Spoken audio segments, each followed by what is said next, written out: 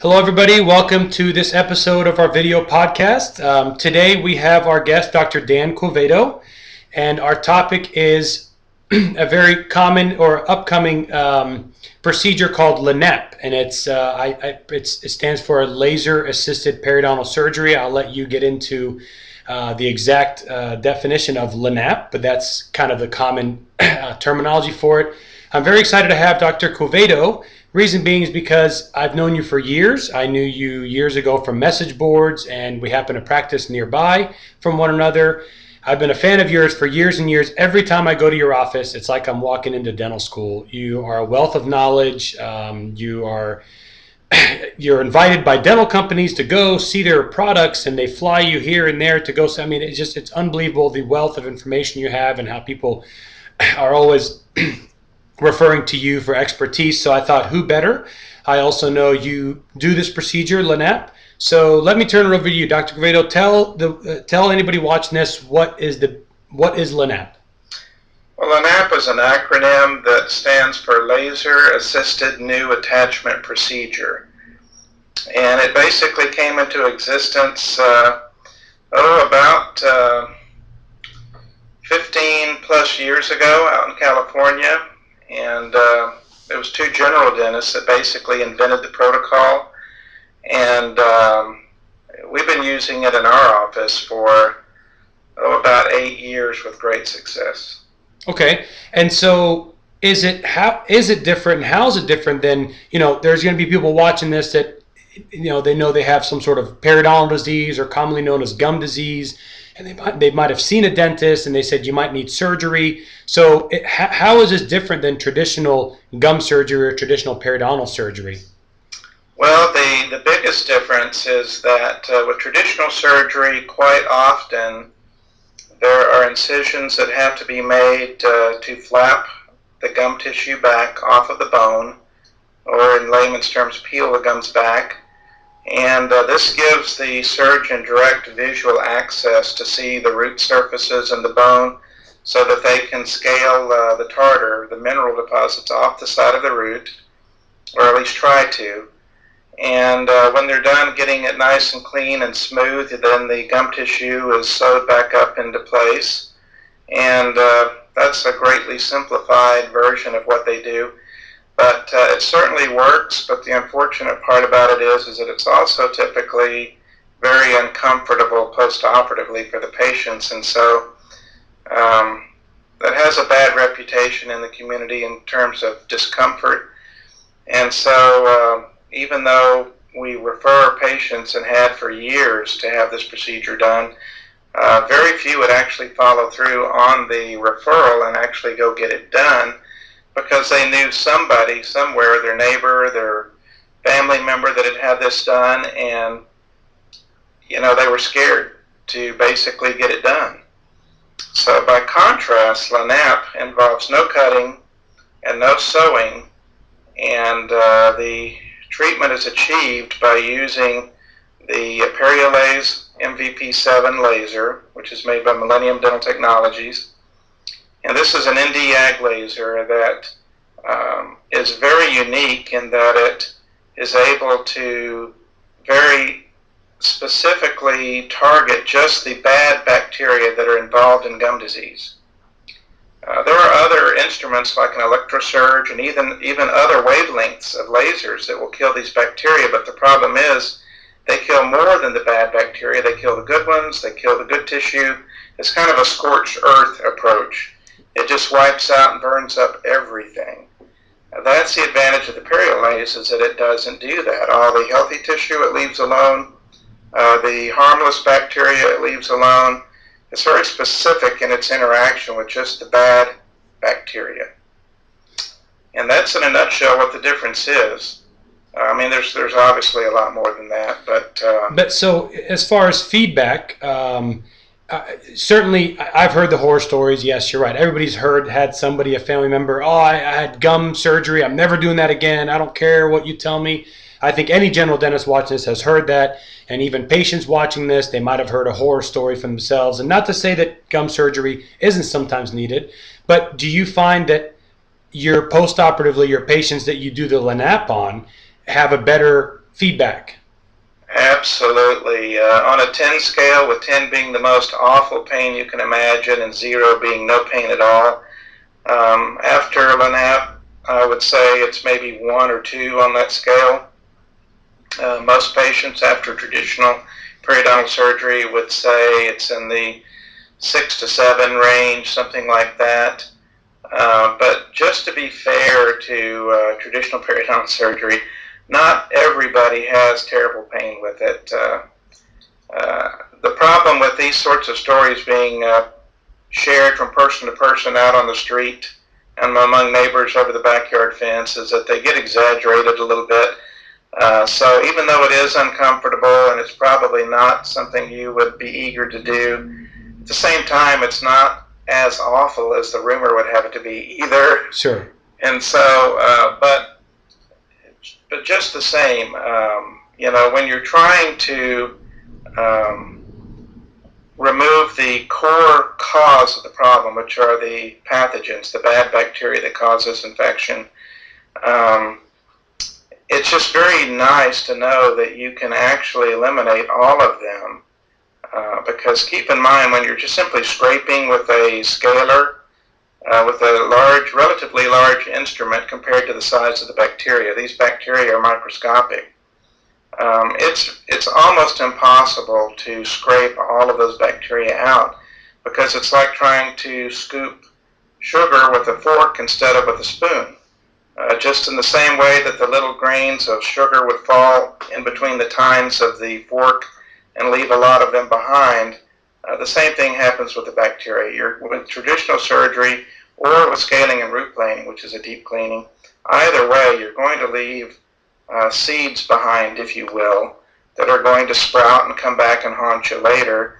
Whereas with the periolays, doing LANAP, you zap every one of them and you're not leaving virtually any of it behind. That's, to me, is one of the biggest advantages, is that you are really getting rid of the bacterial component of the infection. And that's the laser specific for those bad bacteria, like you said. That's right. It doesn't damage. This is kind of a technical term that only dentists would understand, but histologically speaking, the REIT pegs are very important for regenerating new attachment, new connection of the gums to the bone. With other wavelength lasers and with electrosurges, those get destroyed, which makes it very hard to get a new attachment. They're completely unaffected. There's no interaction whatsoever with the periolays with these REIT pegs. Sure, and the attachment for anybody watching this is that everybody's heard about their pocket or gum pocket, and they've had these measurements, and that's what Dr. Quevedo's referring to. So now the big question on my mind, and I'm sure people watching this, is it as good? It doesn't hurt. It sounds like it's sort of a big invention, but so the question is, does it work as well? The feedback from all the dentists doing it and the research that's been done so far showing that at the very least it's equal to traditional surgery. Wow. There are many that feel that it's better. Time will tell, but it's at the very least as effective. And the studies typically less expensive as well. That's the other nice. It's more comfortable and less expensive. Wow, sounds like it's a trifecta. And I know it's relatively new, but I think I was talking with you earlier, there are studies that are coming out or have come out that support that it's, other than just a dentist to dentist or patient to dentist. Tell me a little bit about that. Well, the initial study was done at LSU back when Hurricane Katrina was slammed into New Orleans. You remember that from Yes. about... how many years ago was that? Was that 2001 that happened? Yes. They had just finished the study when the hurricane came in, wiped out the dental school, and half of New Orleans with it. But it makes it easy to remember when they did that. But that's another story. But in that initial study that they did, they recruited quite a number of people there in the dental school that had seemingly hopeless teeth that were scheduled for extraction. They convinced these patients to let them give it a try, to treat it with this new laser and this new protocol, this new technique that was going to be known as LANAP. And once they were done doing this experiment, they were going to go ahead and extract the tooth and give them a free implant and crown courtesy of the university. So lots of people signed up and said, great, that's fine. I'm going to lose the tooth anyway. I'm going to get a free replacement tooth, a nice free implant. And so they signed on. But a funny thing happened in the middle of the study. These diseased teeth that used to be loose and wobbly, they tightened up. They stopped bleeding. They stopped hurting. They got firm again.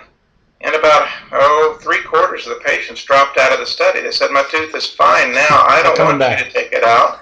I don't want my free implant. And so what ended up happening is that at the end there were only about 12, maybe 15 patients that continued it through to the bitter end, had their teeth removed. When they did the study, they found out that there was a cementum-mediated new attachment on all of these teeth, 100%. That's unheard of in most any medical or dental study. And the inventors of this protocol are quick to point out that in their research leading up to this study for the FDA approval, their record showed a 91% success rate, not 100%. But be that as it may, for the study that was done at LSU for FDA approval, it was 100% success. And so just this past year, they finished a 5-site study that was done all over the United States in 5 different places, a combination of periodontist offices and dental schools, and the results were the same. But what is promised is a 91% success rate of at least 50% reduction in all of the pockets. So what that means then in English is that if you've got 32 teeth, and we're expecting at least a 50% reduction in the pocket depths on 91% of those 32 teeth, that means you can have maybe one of them, 1 or 2 in the mouth that didn't heal just as well as maybe the rest of them did, and it needs a little bit more treatment to help it along. But those are great odds. I've seen 10 and 12 millimeter pockets come down to 5 and 6, which is fantastic. When you've treated pockets that are that deep, Ramsey, you know that if you can make a 10 or 12 come down to a 5, you feel pretty good about it, don't you? Big victory, yes. Well, I can tell you also, just talking to people, I hear great results like that. Everybody, I think more and more people are getting into it. I'm seeing more specialists doing nothing but this laser surgery and moving away from traditional periodontal surgery. I know there's sometimes a traditional surgery is necessary, so I don't want to sort of paint with too broad of a stroke. But, just the way you describe those studies, anybody who's watching this just reinforces why I wanted you talking on this topic. I don't even know how you have time to practice. You are like a textbook. I mean, you know so much literature. You have a full-time practice, a family. I don't even know how you do it. I'm always so impressed. I come talk to you, and it's like I'm literally going back to dental school, so I could spend hours at your office because I learned so much. But I do have one final question. Everybody watching this video clearly can see that you're a Cowboys fan. I know you're a diehard Cowboys fan. Anybody can see that. So here's my question. A few weeks ago, the Cowboys went to Seattle, and I believe beat them. Now, Seattle has the infamous 13th man, correct? Well, they call it the 12th man. 12th man, I'm sorry. 12th man. So my question to you is, how many men do you think Seattle would have had to have on the field to beat the Cowboys that night? They would have needed a couple more. That score could have been a lot worse than it was. The Cowboys had 3 big mistakes, 3 turnovers, where they, if not for that, they would have really stomped them. And the reality of it is that they're on even the commentators were saying in the game is that their offensive line was mauling, is the word they used, the Seattle defensive line. And that's kind of a strong statement when you're mauling the opposition. Super Bowl champs. You're whipping them pretty good. So 15 men, they may not. That's easy to do. They would need 15, 16 men on the field, and they may still have lost. So great game. In the last 3 years, they've only lost 1 home game. It's just almost impossible to beat them at home, and so it really was quite a huge. That's when I figured out they were for real. Yes. Well, listen, Dr. Quevedo, I really appreciate you having you on the show. Anybody who has questions, comments, post them. I'll do my best to reply or send feedback to Dr. Quevedo for a reply about this topic. I know a lot of people are reading about it, learning about it as a great alternative to traditional surgery. Thanks so much, Dr. Quevedo. I appreciate it. You're quite welcome, and if your viewers want to check it out on the web, I can give you the website. Please. It is www.periolesdentist.net, and they can see videos that explain it a little bit in more detail and some of the more details about the research about this procedure. I'll put that link as the first comment of the video, so it'll be right below the video. Okay. Thank you so much. Thank you very much.